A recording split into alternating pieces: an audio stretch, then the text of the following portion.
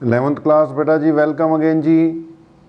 तो यार ग्रेविटेशन में हमने पिछले 1-2 दिनों में यार कुछ टॉपिक्स कवर अप किए, जैसे कि gravitational field, gravitational potential and gravitational potential energy.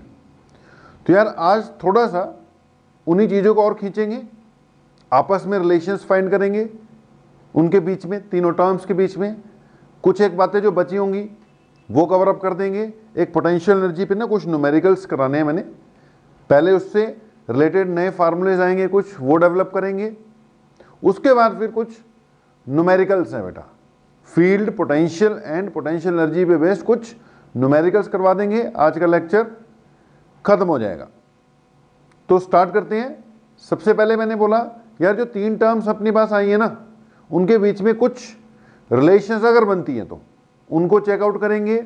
उसके बाद फिर न्यूमेरिकल्स की ओर बढ़ेंगे। तो अगर हम याद करें तो यार हमने एक किया है ग्रेविटेशनल फील्ड,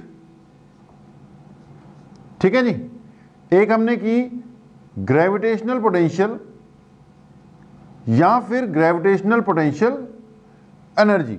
अब इन सब की एक्सप्रेशंस बेटा हमें पता है कि अगर अर्थ के सेंटर से आर डिस्टेंस पर, सेंटर से आर डिस्टेंस पे देखें तो ग्रेविटेशनल फील्ड कितना, G M by R square, M mass of earth, R centre से डिस्टेंस। पोटेंशियल था यार, ये नेगेटिव था, minus G M divided by R, और पोटेंशियल एनर्जी थी minus G M M divided by R. अब यार इसी में अगर मैं सबसे पहले जहां से हमने स्टार्ट किया था फोर्स या ग्रेविटेशनल फोर्स, तो अगर ग्रेविटेशनल फोर्स भी ऐड कर दूं तो ये क्या बनता है, ये होता है जी m1 m2, बात अर्थ की चल रही है, उस मास की चल रही है, डिवाइडेड बाय आर स्क्वायर। तो कुल मिलाकर ये अपनी क्या है, एक्सप्रेशंस हैं भाई। फोर्स भी आ गया, फील्ड भी आ गया, पोटेंशियल भी, पोटेंशियल एनर्जी भी आ गई।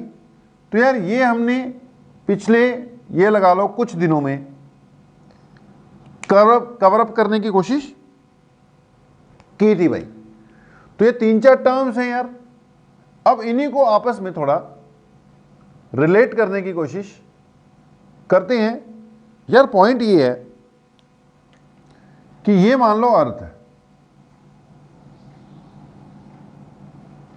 ठीक है जी, सब एक ही चीज है। अर्थ के सेंटर से आर डिस्टेंस की दूरी पर, यानी यहां पर अगर एक छोटा मास m रख दिया जाए तो अर्थ का उसको इफेक्ट फील होता है।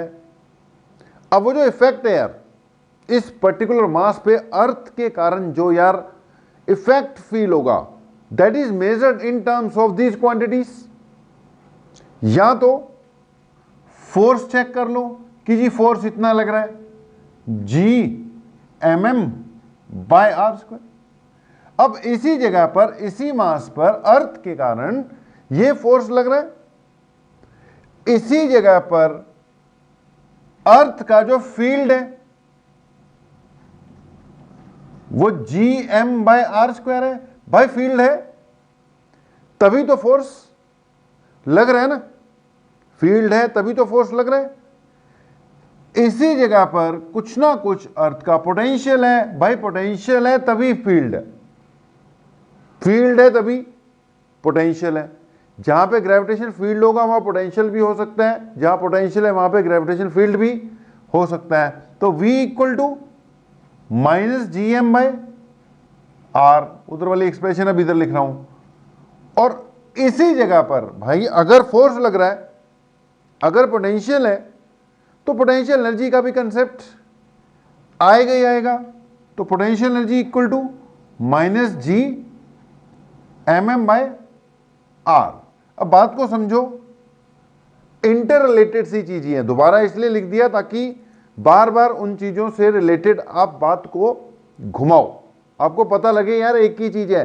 ये अर्थ है भाई, अर्थ के सेंटर से आर डिस्टेंस की दूरी पर अगर यहां पर एक दूसरा मास रख दिया जाए तो उसको फील्ड भी फील होगा, पोटेंशियल फील होगा, उसके पास पोटेंशियल एनर्जी आ जाएगी और उस पर फोर्स भी लगेगा, उसको फोर्स भी फील होगा।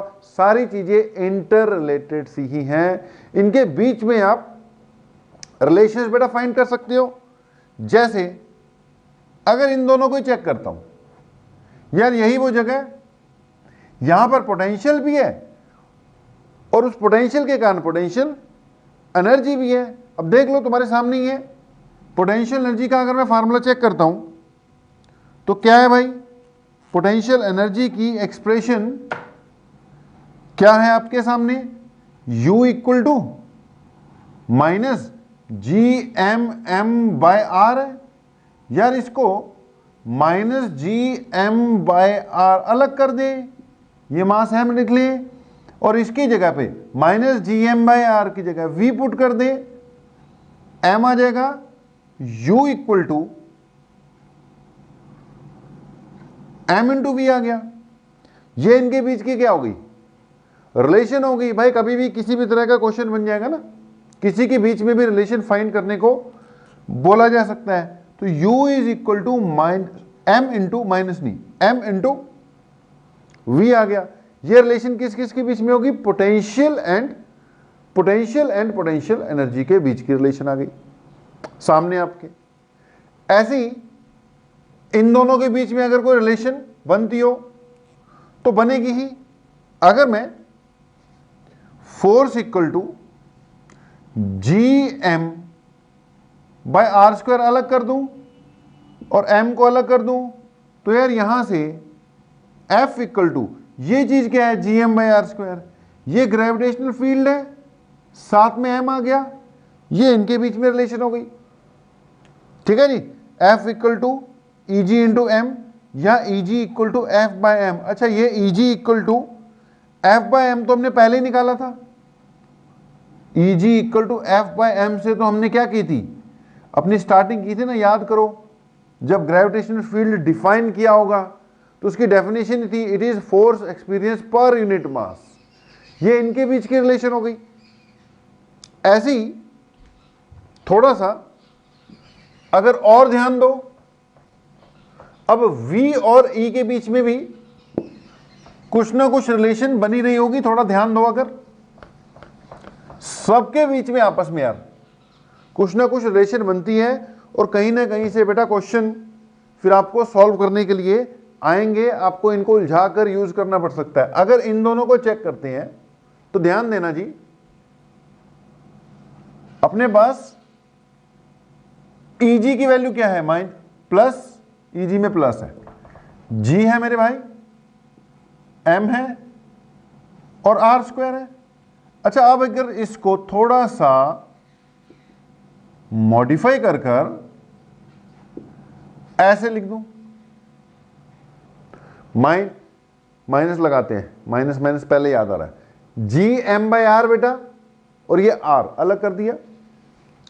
अब अगर इसको माइनस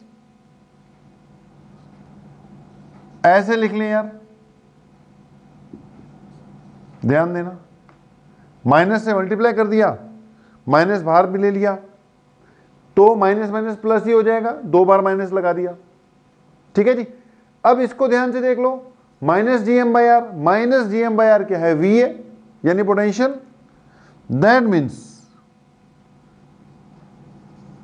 Eg इक्वल टू क्या आ गया, इसकी जगह V पुट हो जाएगा, नीचे R है ये। That means Eg is equal to minus V/r। एक ये याद रखना है, Eg is equal to minus V/r, ये भी याद रखना है। ठीक है जी, अब इसको बेटा इस फॉर्म की बजाय जो ज्यादा इसका प्योर फॉर्म है वो कुछ ऐसे लिखा हो जाता है बेटा, Eg is equal to minus, तो ठीक है, इसको dV लिखा जाता है और इसको dr लिखा जाता है। ज्यादा प्योर फॉर्म में ऊपर से आया है ये, लेकिन एक्चुअल रिलेशन ये मिलेगी आपको बुक्स में, ये वाली, E is equal to minus dV divided by R. पहले इनको नोट कर लो, समझ लो। आज फिलर्स ही हैं बेटा, जो बची खुची बातें थी उनको जोड़ रहा हूं बस, लंबी डेरिवेशन वाला काम नहीं है। ये फिलर्स है, उसके बाद फिर न्यूमेरिकल्स पे आ जाना है हमने। तो Eg equal to minus D V by D R, ये वाली रिलेशन याद रखना है। एक तो ये हो गई, ये भी आ जाएगी काम। इस पे थोड़ा सा फिर से कंसंट्रेट करवा रहा हूं कि इसको इस फॉर्म में क्यों बोला और इसका इस फॉर्म में क्या यूज हो सकता है।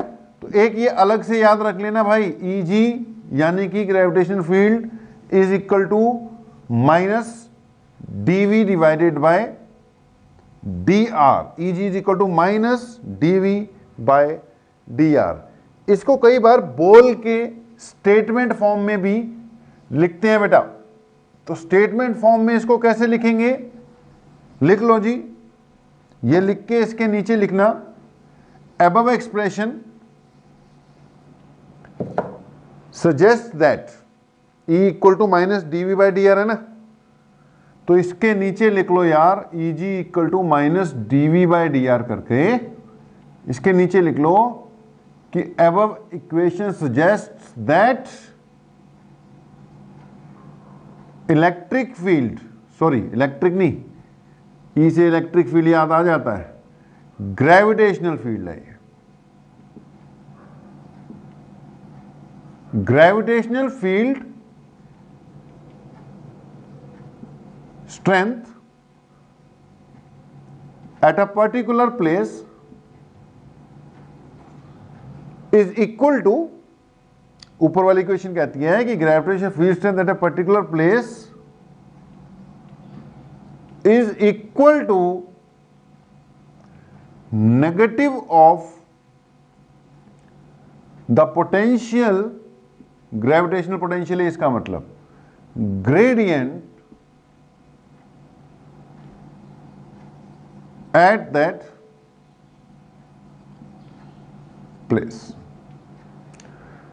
Negative of the potential gradient. देखो मैंने कई बार बोला है, अगर कहीं पे वर्ड आ रहा है रेट, रेट ऑफ चेंज, तो रेट का मतलब होता है कोई भी चीज with respect to distance change हो रही है। जैसे अगर यहां होता dv बाई dt, तो इसको मैं बोलता rate of change of v।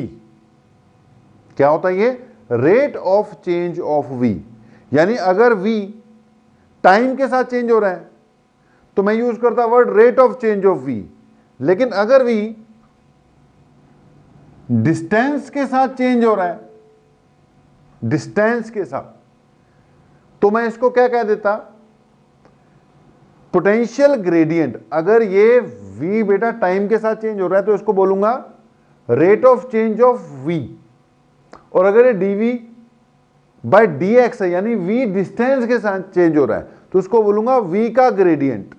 अब v पोटेंशियल है तो इसको बोलेंगे पोटेंशियल ग्रेडियंट। अच्छा माइनस साइन लगा हुआ है इसलिए ये बन गया नेगेटिव ऑफ पोटेंशियल ग्रेडियंट। ये डिस्टेंस है मेरे भाई, तो यहां पे पोटेंशियल किसके हिसाब से चेंज हो रहा है, डिस्टेंस के हिसाब से चेंज हो रहा है, इसको हम पोटेंशियल ग्रेडियंट कह देंगे। ओवरऑल बना कि gravitational field is equal to negative of potential gradient. याद रखना है भाई, कहीं ना कहीं क्वेश्चंस में चीजें काम आएंगी। मैंने बोला छोटे छोटे गैप्स हैं वो फिल कर रहा हूं बस। तो Eg equal to minus D V by D R भी याद रखना है, उससे पहले जो रिलेशन बनाई है वो भी याद रखना है। एक इस पे लास्ट पॉइंट और सुन लो इस वाले चीज पर कि बेटा Eg equal to minus D V by D R का मतलब है कि अगर कहीं पर Eg जीरो हो गया यानी फील्ड जीरो हो गया, तो इसका मतलब ये नहीं है कि V भी जीरो होगा। Eg जीरो का मतलब minus D V by D R zero हो गया, यानी dv by D R zero हो गया। अब dv by D R zero मतलब v का विद रिस्पेक्ट टू r जो चेंज है वो जीरो हो रहा है। चेंज जीरो मतलब v क्या है, कांस्टेंट। तो याद रखना कि अगर कहीं पर फील्ड जीरो है तो वहां पर ग्रेविटेशनल पोटेंशियल भी जीरो हो ऐसी कोई गारंटी नहीं है। हां, ग्रेविटेशनल पोटेंशियल कांस्टेंट होगा इस बात की गारंटी हो जाएगी। तो जहां पे फील्ड जीरो होगा, ग्रेविटेशनल फील्ड जीरो होगा, वहां पे ग्रेविटेशनल पोटेंशियल कांस्टेंट होगा, इस बात की गारंटी। अब वो जीरो ही होगा ऐसी कोई गारंटी नहीं है, हो भी सकता है कि अगर है ही कुछ नहीं तो फील्ड भी जीरो और पोटेंशियल भी जीरो। तो ये छोटी छोटी छोटी छोटी सी कुछ बातें थी, इनको अपना नोट कर लेना, ठीक है जी। अब इसके बाद अगली हेडिंग डालो, फिर से पोटेंशियल एनर्जी को डिस्कस करने जा रहा हूं, उस पर भी न्यूमेरिकल आते हैं, थोड़ा डिफरेंट वे में डिस्कस करेंगे। हेडिंग डालना gravitational potential energy of system of particles, gravitational potential energy of system of particles. बेटा यार पहले जो हमने डिस्कस की ना ग्रेविटेशनल पोटेंशियल एनर्जी, वो भी सिस्टम ऑफ पार्टिकल्स ही है, लेकिन उसमें अर्थ के हिसाब से ही हमने कैलकुलेट कर ली। सिस्टम तो था, दो पार्टिकल थे उसमें, पहला पार्टिकल अर्थ था और दूसरा पार्टिकल वो मास था जिसको हमने अर्थ के आसपास रखा, क्योंकि फार्मूला क्या आ रहा है आपका, G capital M small M by R. तो बेटा कैपिटल एम और स्मॉल एम का सिस्टम ही बना ना वो भी, तो वो भी सिस्टम की ही थी। लेकिन बेटा उसको जब उस एंगल से डिस्कस कर रहे थे तो अर्थ की इन्वॉल्वमेंट हमने ज्यादा कर दी थी। अब फिर से ग्रेविटेशनल पोटेंशियल एनर्जी की बात करेंगे, लेकिन यहां पर अर्थ मान लो, ऐसा नहीं है कि हम अर्थ की ही फाइंड कर रहे हैं। पहले बेटा जो भी हमने जो फार्मूला फाइंड किया उसमें हम मान के चले हैं कि अर्थ ही है बड़ा वाला मास, और उससे आर डिस्टेंस की दूरी पे हमने कोई छोटा मास रखा हुआ है। अब वो उस हिसाब से डीलिंग चल रही थी, उस पर भी क्वेश्चन आने हैं, ठीक है जी। अगर अर्थ के हिसाब से देखोगे, अर्थ को मान लिया, उसका मास कैपिटल एम, उसके पास जो भी ऑब्जेक्ट रखा है उसका मास स्मॉल एम, तो उस सिस्टम की, वो भी टू पार्टिकल सिस्टम है एक्चुअली, अर्थ और वो जो मास, उस सिस्टम की जो पोटेंशियल एनर्जी कितनी है, minus G capital M small M divided by R, जो कि फार्मूला इतनी देर से चल रहा है। अब उसको थोड़ी देर के लिए भूलो और अब वापस आओ किस पे, ग्रेविटेशनल पोटेंशियल एनर्जी पर, लेकिन इस बार सिस्टम ऑफ पार्टिकल्स नाम से इसको डिस्कस करते हैं। पहला पार्टिकल जिसका मास m1 होगा, दूसरा पार्टिकल m2 होगा, वो 3 भी हो सकते हैं, 4 भी हो सकते हैं, 1 भी हो सकता है। तो हेडिंग हमने डाली ग्रेविटेशनल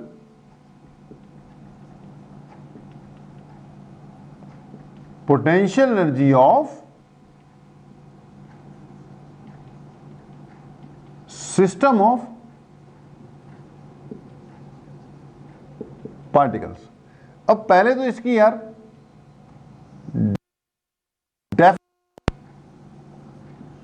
कि अब इसकी डेफिनेशन क्या है, लिख लो कि gravitational potential energy of a system of particles. अब यहां पे पार्टिकल का मतलब मासेस है जी, क्योंकि जो ग्रेविटेशनल फील्ड, ग्रेविटेशनल पोटेंशियल है वो तो मास के कारण ही आएगा ना। यहां पे पार्टिकल्स का मतलब मासेस है।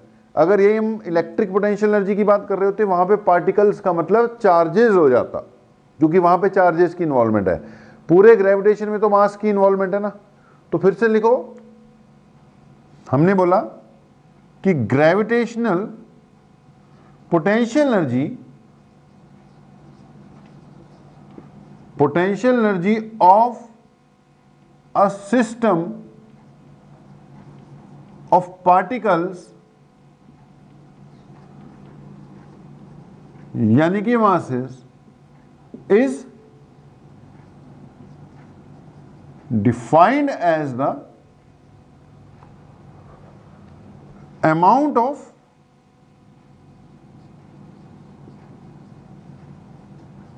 work done in bringing the particles, यानी कि masses, from infinity to their respective positions,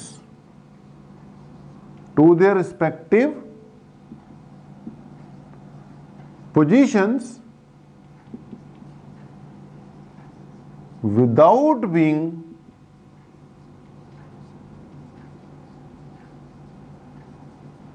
accelerated. To their respective position without being accelerated. अब देखो, पहले तो डेफिनेशन को समझो कि कोई भी सिस्टम ऑफ पार्टिकल है, जैसे मान लो ये एक सिंगल सिस्टम ऑफ पार्टिकल है यार, एक ही है।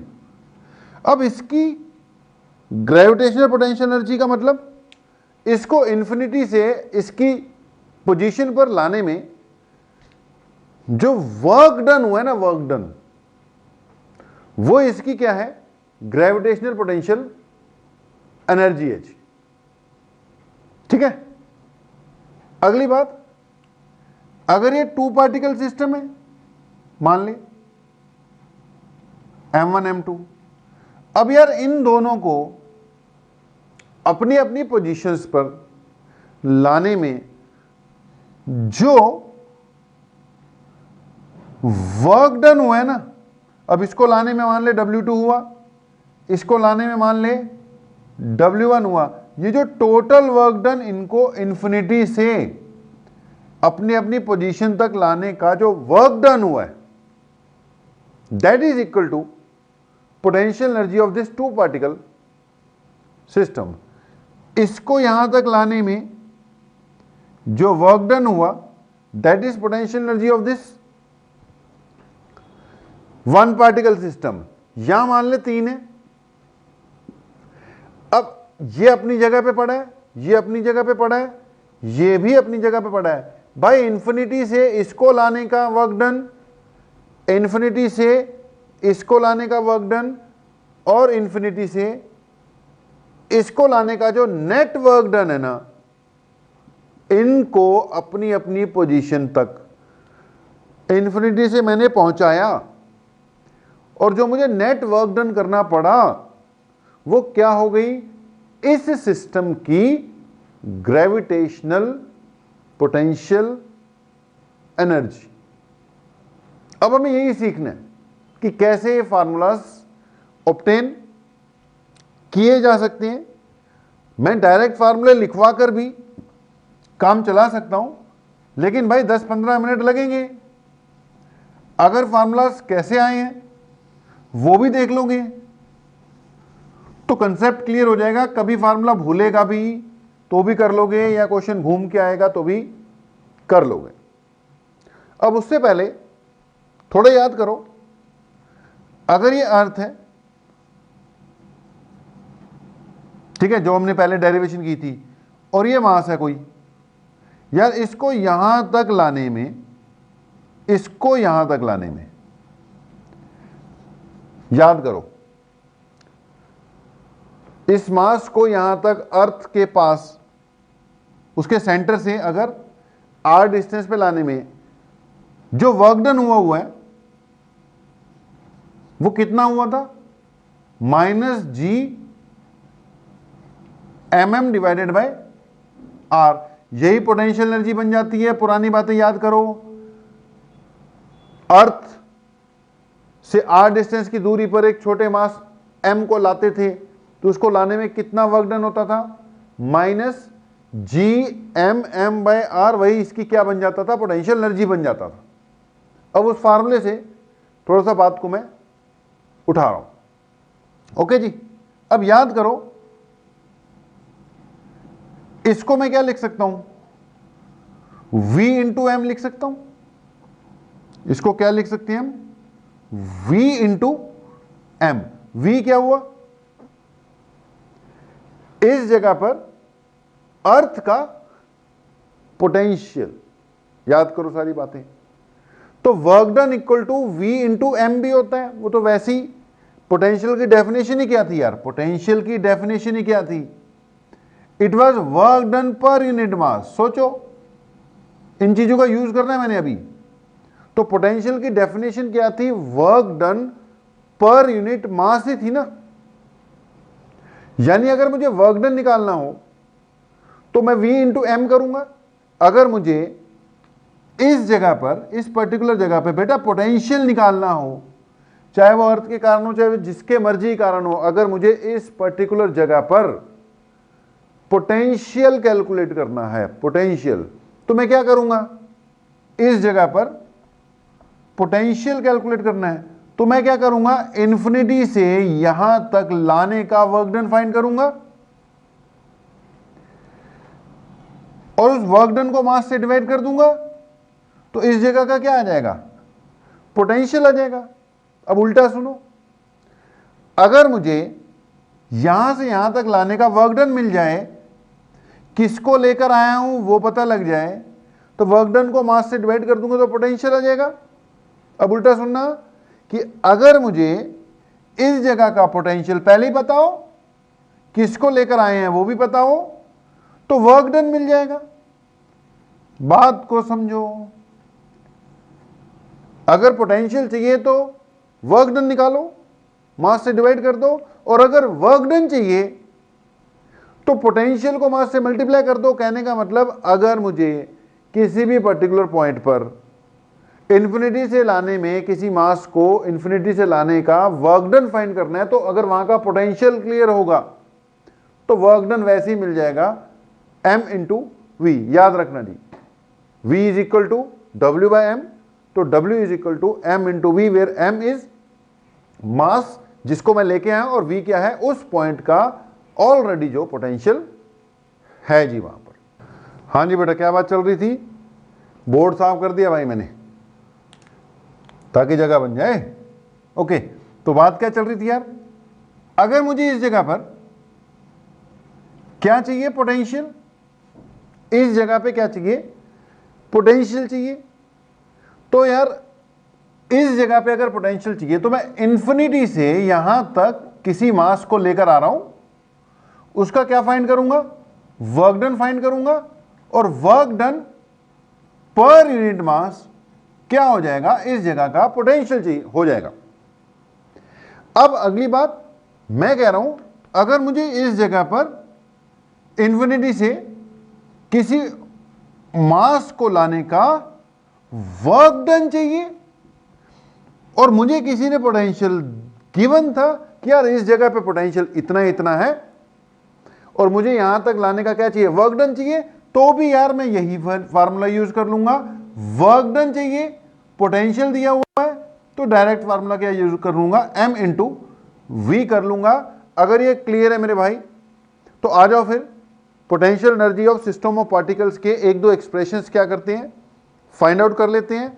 उसके बाद फिर एक दो न्यूमेरिकल्स करने की भी कोशिश कर लेते हैं। तो उम्मीद है कि पोटेंशियल एनर्जी ऑफ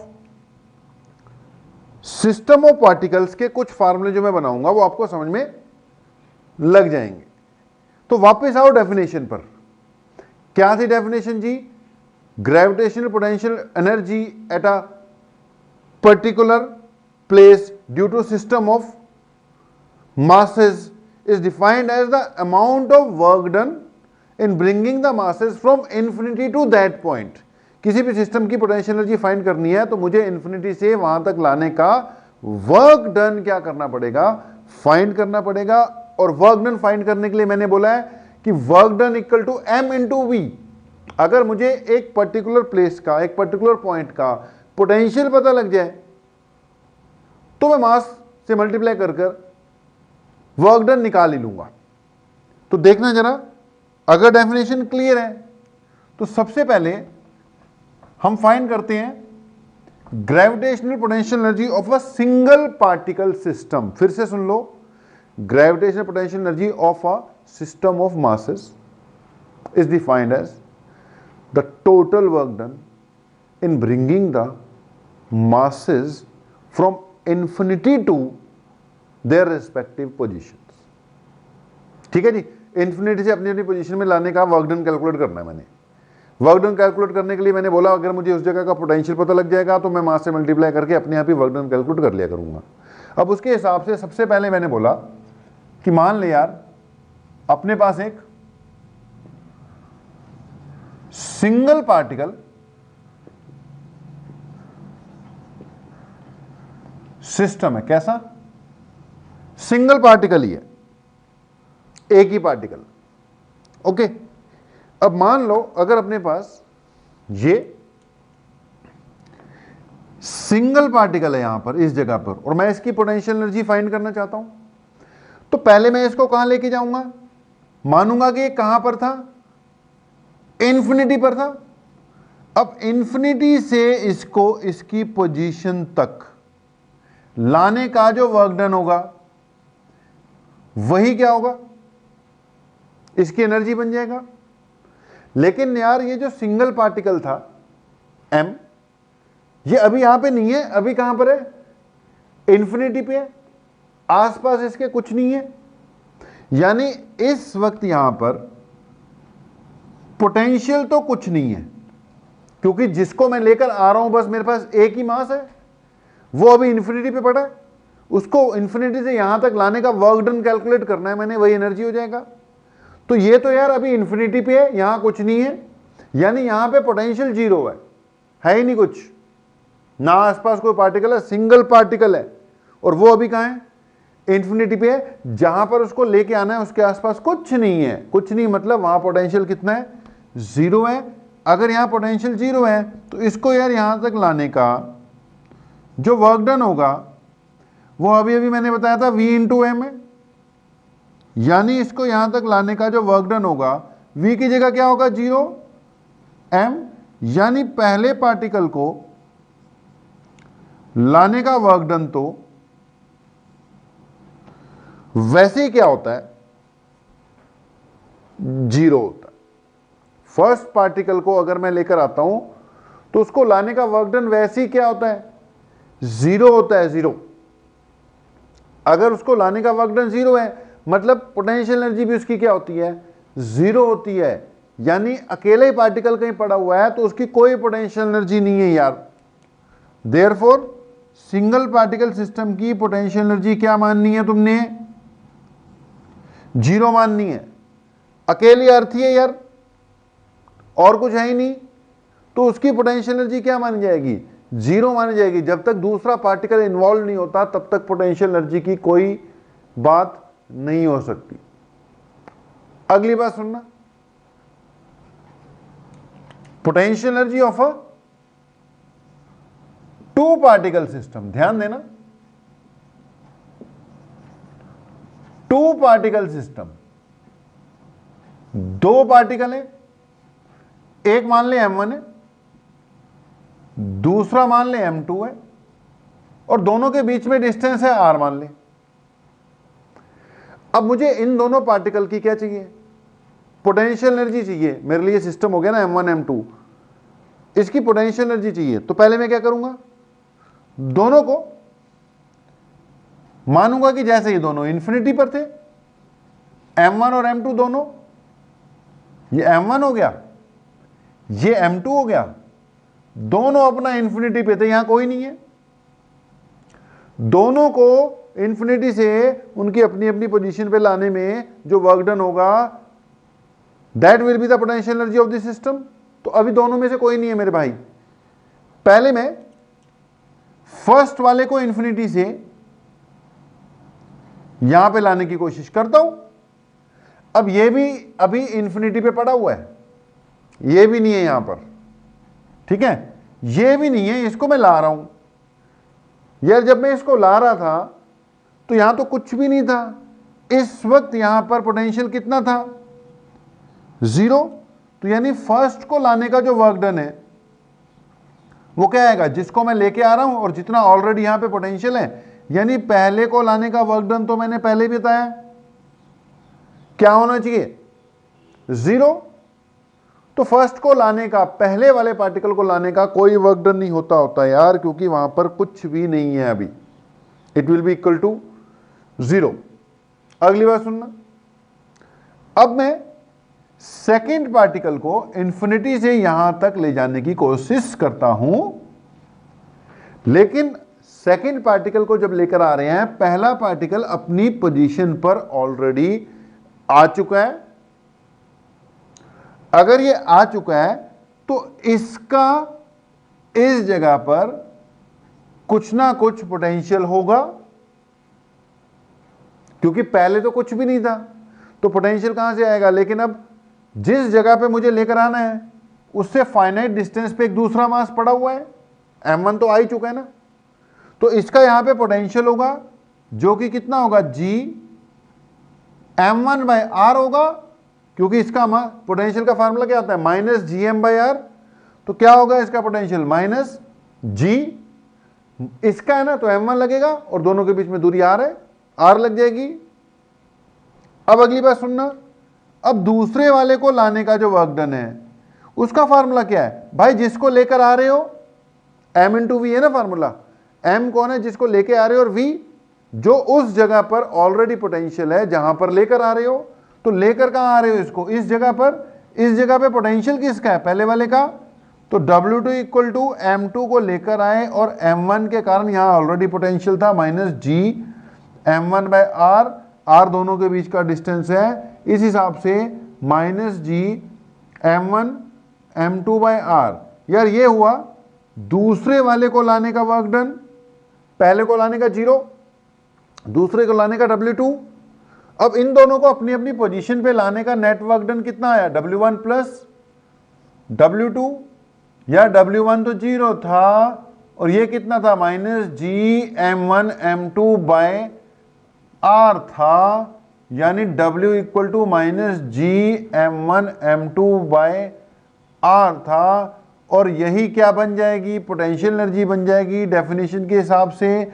तो 2 पार्टिकल सिस्टम की पोटेंशियल एनर्जी का फार्मूला कितना आ गया, -g m1 m2 / r, r उन दोनों के बीच का क्या है, डिस्टेंस है। तो ये किसकी एक्सप्रेशन आई यार, potential energy of a 2 particle system. अब याद करो, हमने जो पोटेंशियल एनर्जी पढ़ी है पहले वो अर्थ वाली पढ़ी है। अब इसको कंपेयर करना, यार ये अर्थ है और इससे r डिस्टेंस की दूरी पर ये दूसरा m था। अब देख, ये भी तो एक तरह का 2 पार्टिकल सिस्टम ही है, जिसमें m1 हम अर्थ को मान देते तो m1 की जगह कैपिटल M आ जाएगा, और m2 इस दूसरे पार्टिकल को, तो ये भी यार एक तरह का 2 पार्टिकल सिस्टम ही तो है। अगर मैं पुराने फार्मूले की बात करूं तो -g m1 की जगह देख अर्थ वाला मास लग जाएगा, m2 की जगह इसका लग जाएगा, नीचे r तो आ नहीं आना था, तो वही आ गया ना। लेकिन जब अर्थ के बारे में डिस्कस कर रहे हैं तो फार्मूला डायरेक्टली चला देते होते हैं, -gmm/r।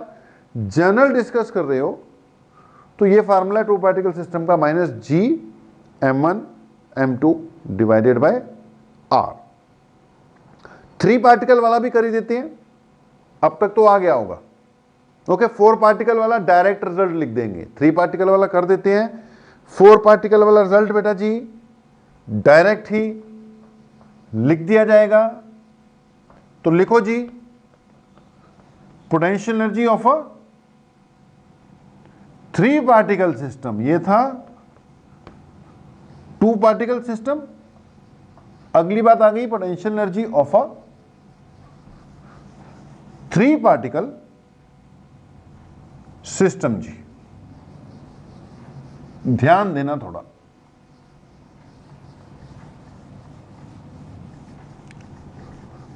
So next is potential energy of a 3 particle system. मान लो यार ये पहला पार्टिकल, दूसरा, तीसरा जी, m1 m2 m3, इनके बीच के डिस्टेंसेस दे रखे हैं। मान लो 2 और 3 के बीच का डिस्टेंस r23 मान लेता हूं, 1 और 3 के बीच का डिस्टेंस r13 मान लेता हूं, और 1 और 2 के डिस्टेंस r12 मान लेता हूं। तो इनके बीच के आपस के डिस्टेंस भी दे रखे हैं, मासेस भी दे रखे हैं। मुझे इस 3 पार्टिकल सिस्टम की पोटेंशियल एनर्जी का फार्मूला डेवलप करना है। यार पहले सबको पहुंचाओ ना इन्फिनिटी पर। मान लो ये m1 कहां पर है, इन्फिनिटी पर है, इसको लेके आऊंगा ना। ये भी कहां पर है, इन्फिनिटी पर है, इसको लेके आने का वर्क डन कैलकुलेट करना है ना। और ये m2 भी मान लो कहां है, अभी इन्फिनिटी पर है, इसको भी लाएंगे तीनों। अब इन्फिनिटी से यहां तक लाने का जो वर्क डन है वो कैलकुलेट करना है ना हमने। तो पहले भैया तीनों के तीनों इन्फिनिटी है, कोई नहीं है यहां पर।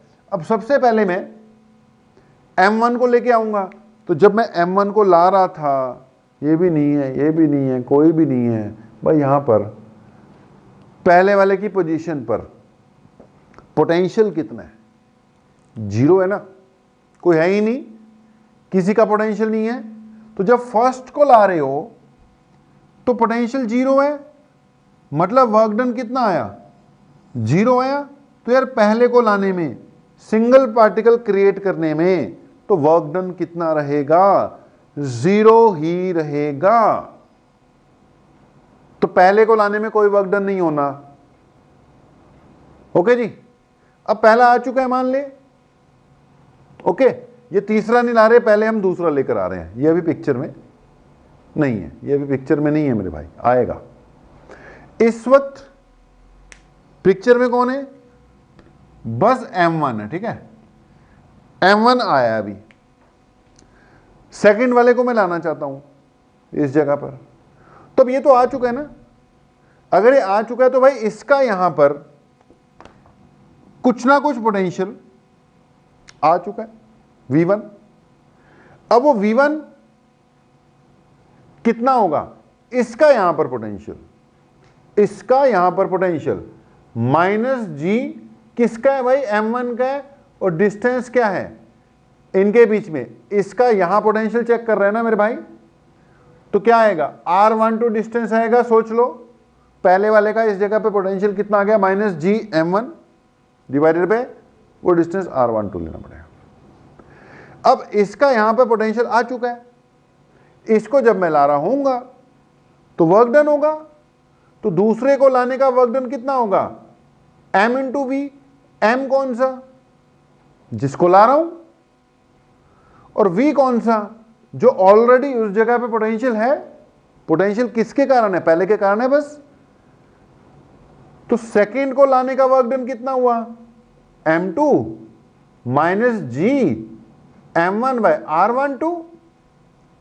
तो मतलब सेकंड को लाने का वर्क डन कितना हुआ? Minus G m1 m2 by r12। Okay, बहुत बढ़िया। अगली बात सुनना मेरे भाई।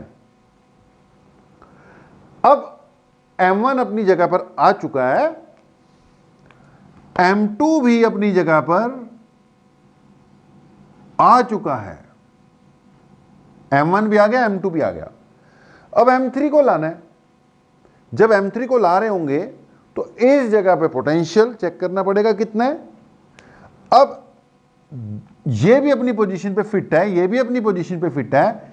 इसका इस जगह पर कुछ ना कुछ पोटेंशियल तो होगा।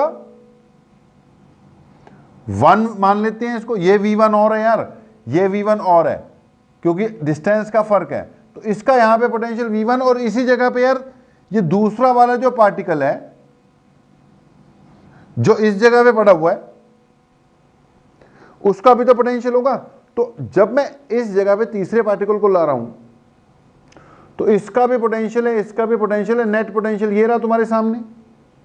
अब जब मैं इस पॉइंट पर थर्ड पार्टिकल को ला रहा हूंगा तो फार्मूला फिर वही लगेगा, m इंटू वी। यार m की जगह पर जिसको ला रहा हूं और v की जगह पे total potential v1 plus v2, v1 plus v2, यानी कि W3 किसके इक्वल आ गया? m3 into v1। बेटा जी इस जगह पर पहले का पोटेंशियल चेक करना, माइनस जी किसका पोटेंशियल है? m1 का।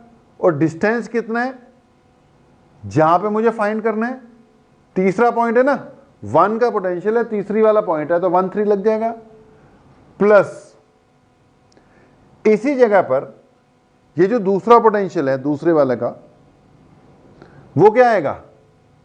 Minus G m2 divided by r23। देख इसका यहां पोटेंशियल तो जी m2 लगेगा और r23 आ जाएगा। इट विल बी r 2 3, भाई स्टेप मिला लेना, गड़बड़ नहीं होनी चाहिए। W3 इक्वल टू, इसको सॉल्व करेगा तो बनेगा minus G M1 M3 R13 minus G M2 M3 R23। यार ये तीसरे को लाने का वर्क डन है, तो पहले को लाने का वर्क डन 0, दूसरे को लाने का वर्क डन ये पड़ा हुआ, तीसरे को लाने का वर्क डन ये हो गया। अभी चौथा तो है ही नहीं है, 3 पार्टिकल सिस्टम है, तीनों आ गए अपनी अपनी जगह पर। तो देयरफॉर जो टोटल वर्क डन है, जोड़ दे यार तीनों को, 0 प्लस दूसरे वाले का कितना था, सेकंड को जो लेकर आए थे, minus G M1 M2 by R12 minus G M1 M2 by R12 minus G, अब W3 की वैल्यू पुट कर दे, M1 M3 R13 minus G M2 M3 R23। ठीक है जी। अब वर्क डन ही पोटेंशियल एनर्जी होता है, तो पोटेंशियल एनर्जी वर्क डन ही होता है यार। जी जी जी कॉमन, माइनस भी कॉमन, यहां क्या बचेगा, 1 2 के नीचे 1 2, 1 3 के नीचे 1 3, 2 3 के नीचे 2 3। फार्मूला याद करना मुश्किल नहीं है, इजी है, बस फार्मूला डिराइव करने में चलो जो टाइम लग गया सो लग गया, अदरवाइज रिजल्ट बिल्कुल इजी है। जोड़ियां बनानी है बस तुमने, 3 टर्म्स आनी है, 3 पार्टिकल सिस्टम में 3 टर्म्स आनी है। देख 1 2 के नीचे 1 2 लगेगा, 1 2 के नीचे डिस्टेंस कौन सा, 1 2 के बीच वाला, 1 3 के नीचे, क्योंकि M1 M3 है ना, 1 3 के नीचे R13 लग जाएगा, तो 1 3 के नीचे R13 लग गया और 2 3 के नीचे R23 लग जाएगा। तो ये होगी potential energy of a 2 particle system, sorry 3 particle system. तो सिंगल पार्टिकल की तो होती नहीं है 0, 2 पार्टिकल का फार्मूला वैसे ही याद हो जाएगा, जी M1 M2 bye R। 3 particle में 3 टर्म्स आएंगी। ऐसे यार 4 पार्टिकल का भी किया जा सकता है, अब उसको डिराइव करने की जरूरत नहीं है, उसका डायरेक्ट फार्मूला लिखवा देता हूं। बस एक बार 4 पार्टिकल सिस्टम का डायरेक्ट फार्मूला लिखवा देता हूं, न्यूमेरिकल्स में काम आएगा जी। तो लिख low potential energy of a 4 particle system, कोई बड़ी बात नहीं है यार, लेकिन अब इन पे क्वेश्चंस बनते हैं ना, इसीलिए आपको करवाया गया है बेटा, क्वेश्चंस बनते हैं, दैट्स वाई करवाया गया, और दैट्स वाई करवाना पड़ता है। तो अगर बेटा 4 पार्टिकल सिस्टम हो जाए तो क्या करोगे, सिंपल जोड़ियां बनानी है बस। अगर ये 4 पार्टिकल सिस्टम हो जाए, मान लो ये देख, ये M1 है, ये M2 है, M3 और M4 हो जाए, ठीक है जी। इन दोनों के बीच का डिस्टेंस R12 ले लूंगा, वो लास्ट में पुट करूंगा, ठीक है। इन दोनों के बीच का डिस्टेंस 2 3 4 3 1 4, इसकी भी जरूरत पड़ेगी, R13 हो जाएगा, इसकी भी जरूरत पड़ेगी, R24 हो जाएगा। तो ध्यान से देखना, अगर मुझे डायरेक्ट लिखना हो यार पोटेंशियल एनर्जी का फार्मूला, तो माइनस बेटा जी तो आएगा ही आएगा। यहां से शुरू करता हूं, ये M1 है, M2 है, M3 है, M4 है, थोड़ा ध्यान से सुनना, जी तो आने ही आना था। M1 M2 मैंने क्या बोला, जोड़ियां बनानी है बस। M1 M2 के नीचे इनके बीच का डिस्टेंस, फिर इसके साथ बना ले, यह बन जाएगा M1 M3 के नीचे R13, फिर इसके साथ बना ले यार, प्लस M1 M4 के नीचे R14। बात को समझो कैसे फार्मूला क्रिएट करना है। M1 की किस किस के साथ पेयर बनती है, M2 के साथ बन गई, M3 के साथ बन गई, M4 के साथ भी बन गई। अब इस पे आ जा M2 पे। अब M2 की M1 के साथ ऑलरेडी बन चुकी है, रिपीट नहीं करवानी। M2 के M3 के साथ रह गई थी, तो ये बन जाएगा M2 M3 divided by R23, इनके बीच का डिस्टेंस। तो इसकी इसके साथ पहली थी, इसके साथ जोड़ी बना दी, इसके साथ भी बना ले भाई। ये बन जाएगा M2 M4 plus M2 M4 के नीचे R24। उम्मीद है पता लग गया कैसे निपटाना है। तो इसकी 3 टर्म आई, इसकी 2 ही आई। इस पे आ जा। अब इसको तो चेक करता है, इसकी पहले वाले के साथ वैल्यू यूज हो गई, इसके साथ भी यूज हो गई। अब ये बच रही थी, ये क्या बनेगी, M3 M4 के नीचे R34। ठीक है जी, ये पहले यूज थी बेटा, ये पहले यूज थी, ये बन गई। अब M4 पे आ जा। M4 की तो पहले तीनों के साथ पेयर बनी हुई है भाई, M4 की M1 के साथ, M2 के साथ और M3 के साथ अभी बनी। तो बेटा जी ये जो एक्सप्रेशन आई ये क्या हो गई, potential energy of a 4 particle system. तो सिंगल पार्टिकल की होती नहीं है, 2 पार्टिकल का GM1 M2/R, 3 पार्टिकल का फार्मूला बना लेना, 4 पार्टिकल का भी बना लेना मौके के हिसाब से, क्या दिक्कत है। कॉमन सा क्वेश्चन आ जाता होता है इन पे, एक ट्रायंगल वाला आ जाएगा और एक स्क्वायर वाला आ जाएगा। बहुत इजी होगा यार, वो तो मैं करवाऊंगा ही नहीं बोर्ड पर, बहुत इजी होगा, आसानी से हो जाएगा। अगर स्क्वायर होगा तो ये सारे डिस्टेंस है ना, ये R12, ये चारों साइड तो सेम होंगी, तो ये बाहर वाले डिस्टेंस सेम हो जाएंगे। ये डायगोनल वाला देखना पड़ेगा बस, वो √2 इंटू साइड होता है। तो इससे रिलेटेड क्वेश्चंस चलो जब आएंगे एक आधा देखेंगे, कराना होगा करा देंगे। वैसे बहुत इजी सा कंसेप्ट है, आपके नोट्स में आपको क्वेश्चन मिलेंगे ही, DPPs वगैरह में करते रहो। अभी यहाँ पर कुछ न्यूमेरिकल्स आपको कराने की कोशिश करते हैं, इकट्ठे कराऊंगा बेटा स्टार्टिंग से। 4 टर्म्स, आज स्टार्टिंग कहाँ से हमने की थी, 4 टर्म्स लिखी थी हमने। एक फील्ड, एक क्या था पोटेंशियल एनर्जी, और ये सिस्टम ऑफ पार्टिकल्स वाली पोटेंशियल एनर्जी, यानी कि 4 टर्म्स है तुम्हारे पास। इस तो बेटा यार शुरू से हमने आज जो भी हमने किया हुआ था, जितनी भी टर्म्स आ गई थी उनको आपस में जोड़ने की कोशिश की। एक साथ में नई टर्म्स आपने क्या जोड़ी कि gravitational potential energy for a system of particles. तो इसका यार फार्मूला वगैरह लिखना आना चाहिए। बाकी न्यूमेरिकल्स जो हैं इस पे बेस तो इजी वाले ही हैं, उसको कराने की जरूरत नहीं है, अपने आप ही हो जाएंगे। बाकी जो प्रीवियस टॉपिक्स हैं उनके फिर न्यूमेरिकल्स वो नेक्स्ट लेक्चर में डालते हैं। ठीक है जी, ये लेक्चर मुझे लगता है कि हो गया ठीक ठाक सा, ठीक टाइम पीरियड का हो गया, क्योंकि न्यूमेरिकल अब जोड़ दूंगा तो लेक्चर लंबा हो जाएगा। तो न्यूमेरिकल्स जो है वो नेक्स्ट लेक्चर में, यानी कि इसके बाद जो लेक्चर मिलेगा उसमें लेकर आते हैं। शुरू से लेकर फील्ड, पोटेंशियल एनर्जी के बेटा इंटर रिलेटेड से न्यूमेरिकल्स होंगे, वो एक्सक्लूसिवली न्यूमेरिकल्स के लिए एक लेक्चर रख देंगे। अगर उसमें कुछ और जोड़ना होगा वो भी जोड़ देंगे, चलो देखेंगे, टाइम पे डिपेंड करता है। तो इसको यहीं पे क्लोज कर रहे हैं यार, कवर अप करना। नोट्स में जो भी आपको दे रखा है उसमें से न्यूमेरिकल वगैरह देखो। बाकी मिलते हैं ब्रेक के बाद। थैंक यू वेरी मच, आप लोगों का बहुत बहुत धन्यवाद।